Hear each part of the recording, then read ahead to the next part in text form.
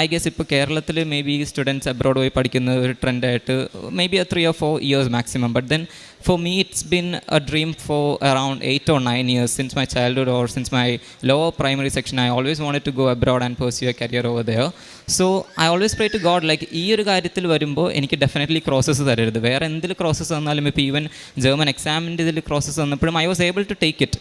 ഞാൻ പറഞ്ഞത് I thank God, ഞാൻ കംപ്ലയിൻറ്റ് ചെയ്യാനൊന്നും പോയില്ല. പക്ഷേ ഈ കാര്യത്തിൽ ക്രോസസ് തന്നാൽ ഞാൻ വീക്കായി പോകും, എനിക്കത് എടുക്കാൻ പറ്റില്ല. അതുകൊണ്ട് എനിക്ക് ഇതിൽ ക്രോസസ് തരരുതെന്ന് I prayed and exactly God എനിക്ക് ഇതിൽ തന്നെ ക്രോസസ് തന്ന്.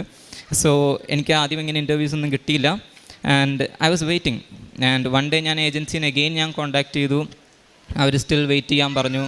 And in between this God set me like അവരെ നേരിട്ടൊന്ന് കോൺടാക്ട് ചെയ്ത് നോക്കാൻ പറഞ്ഞു.